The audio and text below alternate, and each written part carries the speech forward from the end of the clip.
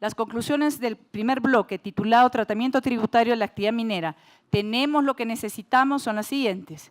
El tratamiento tributario del sector minero, que tiene sus orígenes en la Ley General de Minería de inicios de los 80, consolidado a inicios de los 90 con el Decreto Legislativo 708, ha quedado desfasado en algunos aspectos, modificado en otros, perdiendo de vista las implicancias nocivas en el conjunto de la regulación y erosionado por nuevas figuras tributarias producto de la globalización. El desfase se advierte en tales temas como el tratamiento de la amortización de los costos de adquisición de la concesión y de los gastos de desarrollo. En cuanto a lo primero, se propone variar la regla desfasada según la cual la amortización debe tomar en cuenta la producción mínima obligatoria para adoptarse en su lugar la producción real. En cuanto a lo segundo, se propone adaptar la regulación de gastos de desarrollo permitiéndose una deducción flexible. Las modificaciones efectuadas a la Ley General de Minería en materia de contratos de estabilidad realizadas el año 2014 no habrían tomado en cuenta la regulación en su conjunto, originando vacíos y dudas interpretativas en tales temas como, primero, el tratamiento tributario que debe dispensarse a las inversiones o montos superiores a los comprendidos en el estudio de factibilidad cuando tales inversiones adicionales no son protegidas por la estabilidad. Segundo, las fechas en que quedan congeladas las normas tributarias para los contratos de 10, 12 y 15 años. Tercero, la posibilidad de llevar la contabilidad de moneda extranjera para los contratos de 12 y 15 años. Las nuevas figuras tributarias que vienen siendo adoptadas como consecuencia de las medidas BEPS, en especial en materia de precios de transferencia, deben ceñirse a lo establecido por OCDE, por lo que se propone variar la regulación del denominado sexto método peruano, que en la actualidad establecía una renta mínima presunta en lugar de haber creado un método de valoración en base a los precios que habrían adoptado empresas no vinculadas. Apreciaciones sobre el mecanismo de obras por impuestos del doctor Humberto Medrano. Las empresas mineras tienen la posibilidad de llevar a cabo proyectos de responsabilidad social y deducir el costo de las mismas al amparo de la normativa vigente. No obstante, las empresas cuentan también con un instrumento como es el de obras por impuestos, a través del cual pueden ejecutar proyectos priorizados por las autoridades regionales y locales y deducir el costo de la obra del impuesto a la renta que tienen que pagar en el futuro. Este instrumento tiene diversas ventajas que incentivan su uso, tales como tiene mayor libertad, toda vez que el monto deducible no está sujeto a la discrecionalidad de la norma, como es el caso de los gastos de responsabilidad social. Siempre que el proyecto y su monto haya sido aprobado, el costo de la obra podrá ser acreditado contra los pagos a cuenta o de regularización del impuesto a la renta. B.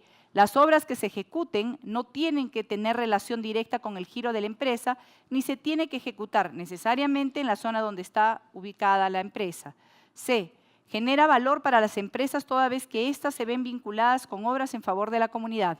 No obstante, un beneficio adicional es que la participación de las empresas conlleva el reconocimiento de eficiencia en la ejecución de los proyectos y la reducción en la posibilidad de actos de corrupción. Existen algunas particularidades operativas cuya incorporación en la normativa debe evaluarse. Tal es el caso de los montos ejecutados por exceso del monto aprobado por la autoridad. En este caso, se propone que el saldo pueda ser considerado como gasto de responsabilidad social y, por tanto, deducible del impuesto a la renta. En aquellos casos en que la empresa hizo uso del monto tope de los certificados para el pago del impuesto a la renta, pero el impuesto posteriormente se incrementa producto de una fiscalización, ¿se podría usar el saldo de los certificados para el pago del monto incremental del impuesto? Por otro lado, los certificados podrían usarse para el pago de impuestos por créditos del exterior asumidos por las empresas locales, podrían usarse también para el pago de los intereses generados por los préstamos solicitados para la construcción de la obra en el marco de obras por impuestos. Estas particularidades y preguntas debieran ser consideradas por los legisladores a fin de mejorar la operatividad de esta herramienta. Finalmente, es necesario también evaluar los distintos tipos de asociación que pudieran darse entre empresas, toda vez que hoy el mecanismo de obras por impuestos está limitada a los consorcios. Bloque 2. ¿Es atractiva nuestra política fiscal para los inversionistas? La tasa efectiva de imposición sobre la inversión minera en el Perú se encuentra en el rango medio en Latinoamérica. Argentina tiene un régimen más competitivo que el peruano y vamos a la par con Chile. El sistema tributario mexicano es más oneroso. La estructura de impuestos de Argentina, Chile, México y Perú es muy similar. El retorno a la inversión se encuentra grabado con el impuesto a la renta, tanto a nivel corporativo como sobre los dividendos, y existen regalías o impuestos específicos a la actividad minera. De los 4 países, solo México y Perú tienen participación de los trabajadores en las utilidades. En esencia, es una forma de imposición a la renta destinado a los trabajadores y el exceso a los gobiernos locales. En Perú existen problemas con la depreciación fiscal de los activos. Así, se exige que la depreciación esté contabilizada para que sea deducible tributariamente y las edificaciones únicamente pueden depreciarse con la tasa del 5%, pese a que en la industria minera la vida útil de la mina pudiera ser menor. En lo que respecta a precios de transferencia, en el Perú se pretende introducir el denominado sexto método, que no es otra cosa que una base imponible ficta para calcular el impuesto a la renta sin tomar en cuenta el real valor de las transacciones. Esta norma, aún no reglamentada, se aleja de los lineamientos de la OCDE y puede tener efectos confiscatorios.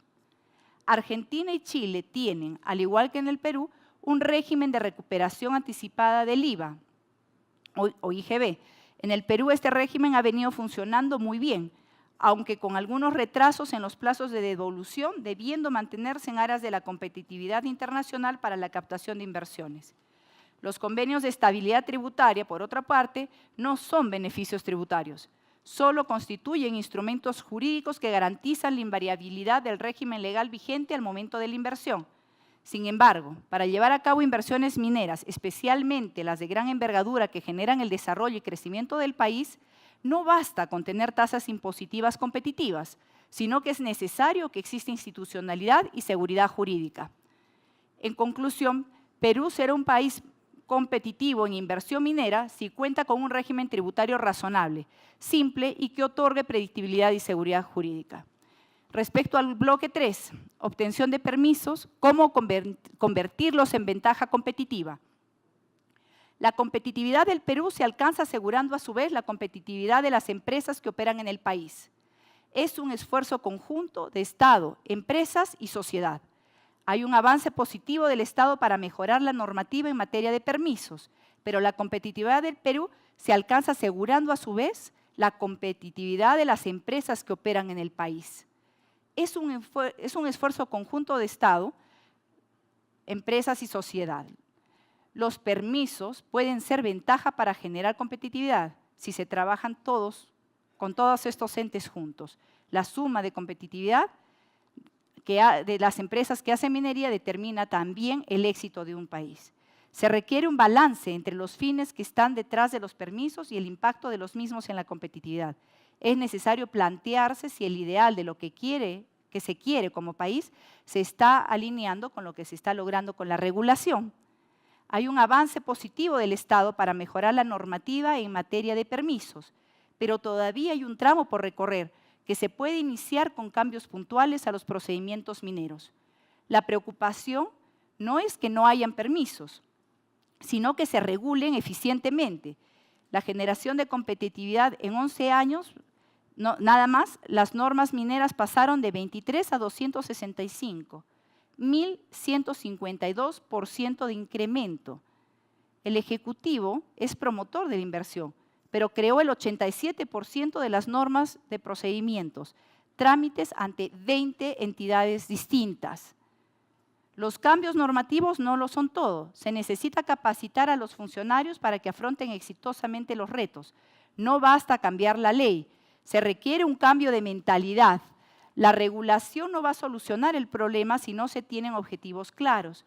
Se termina espantando al inversionista si la regulación no te otorga certeza, costos y plazos que deben ser medidos y cumplidos. Funcionario público es el responsable de lo que hace, pero necesita capacitación. Los avances en mejoras regulatorias son las modificaciones al Reglamento de Seguridad y Salud Ocupacional, seguimiento electrónico de expedientes, ventanilla única, un solo lugar para pedir permisos.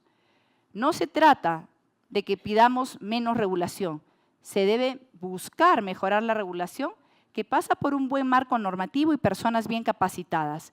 Se puede avanzar bastante solo con mejorar la regulación del Ejecutivo, ese 87% mencionado. Se pide calidad regulatoria, no que se nos exceptúe de trámites. Esto requiere un marco regulatorio adecuado y funcionarios bien capacitados. Finalmente, no se trata de menos regulación, se debe buscar mejor regulación que pasa por un buen marco normativo y el compromiso de todas las empresas para cumplirlo. Bloque 4. ¿Han sido los cambios normativos de los últimos años adecuados para potenciar la actividad minera? La exploración es vital para el futuro de la industria minera en el Perú. La regulación debe incentivarla y la fiscalización posterior supervisará el cumplimiento de la legislación. La minería ilegal es un problema que ha superado el marco legal. Su solución solo será posible con la implementación de políticas multisectoriales.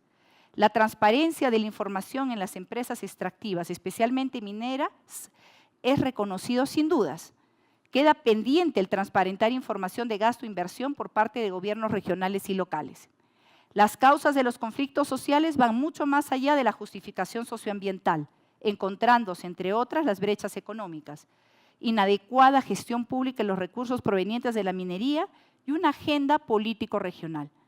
Como resultado de los conflictos sociales, hemos perdido como país la posibilidad de crecimiento económico, generación de empleo y reducción de pobreza.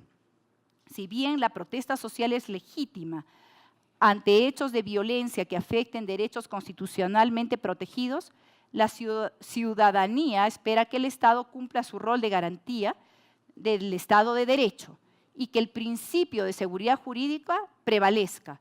La ausencia de estas acciones genera una percepción de impunidad. En los últimos años se ha emitido un marco legal orientado a la prevención de conflictos sociales por parte de diferentes entidades del Estado, así como la regulación de actos de violencia en el ámbito de derecho penal. Sin embargo, ello no ha sido suficiente. Es necesario hacer mucho más. Los conflictos sociales no pueden ser percibidos como un espacio para la impunidad. Hay una tarea pendiente del Estado orientada a reforzar la legitimidad de las instituciones, generar una agenda común con las regiones para el desarrollo de proyectos que permitan que la población perciba los beneficios de la minería en su región. Promover políticas públicas para respetar los derechos fundamentales, entre otras. Igualmente, por el lado de las empresas, gremios y academia, debemos participar activamente en la prevención de conflictos sociales, promoviendo el valor compartido, difusión de buenas prácticas ambientales, capacitación a líderes, entre otros. Si es posible desarrollar minería en el marco de un clima social favorable, para lo cual requerimos la participación de todos. En el último par de décadas se ha ampliado significativamente el alcance de la legislación ambiental, habiéndose generado una importante cantidad de requisitos legales, permisos y licencias. Estos, sin embargo, siguen constituyendo un marco legal de carácter general que no se condice en todos los casos con la real envergadura de los proyectos de inversión, ni la trascendencia de algunas obligaciones legales ambientales. Las oportunidades de mejora debieran orientarse por criterios de predictibilidad y significancia de los objetivos ambientales para optimizar el uso de los recursos públicos y privados. Finalmente, los contratos laborales son inciertos.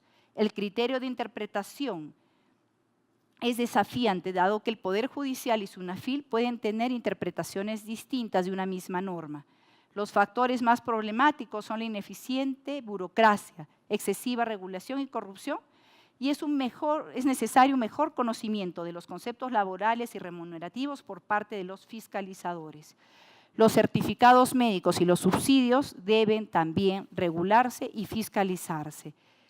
Finalmente, quiero agradecer al comité organizador de este encuentro legal, muchos de los miembros están aún presentes, por el trabajo de planificación y el tiempo dedicado a este encuentro para poder compartir los temas que todos ustedes han podido escuchar el día de hoy. Son temas que se requieren solucionar a fin de que nuestro país siga siendo competitivo y la actividad minera sea siendo sostenible en el tiempo. A todas las conclusiones leídas quiero agregar el hecho de que es claro que las normas en el Perú están, la mayor parte del marco jurídico está. Lo que necesitamos es cumplirlo. No podemos permitir que interpreten la norma en un sentido distinto al que se ha dado. Entonces, por favor, agradecemos a todos su presencia, agradezco a los relatores que nos han apoyado con la redacción de las conclusiones, al comité organizador y estímulos por todo el apoyo brindado, y a todos ustedes les dejamos el reto y el compromiso de ayudarnos a trabajar junto con el Estado a fin de que nuestra actividad sea siendo exitosa en nuestro país. Muchas gracias por su presencia.